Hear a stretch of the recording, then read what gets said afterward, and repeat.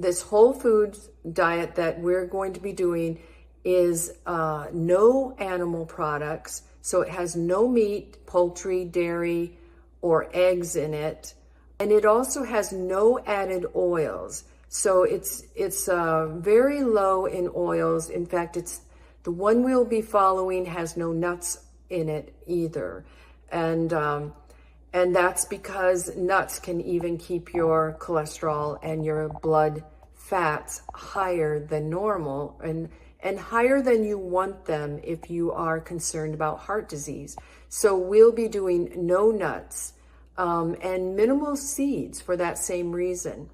But I do want to say most people do not gain weight. In fact, many people lose weight on a whole foods diet that has minimally processed products in it. One thing that people can do and have done with this diet is some people can actually gain weight by just really packing in the calories with their starches.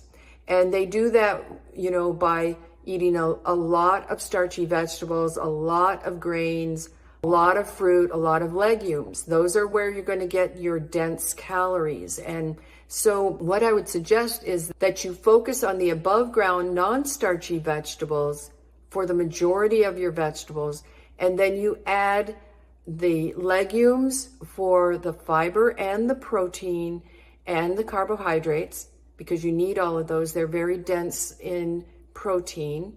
And then, the starchy vegetables are less dense in protein, and you add those if you need more calories. If you're hungry and you need more calories, if you feel dragged out and you need more calories. So add those in if you need them.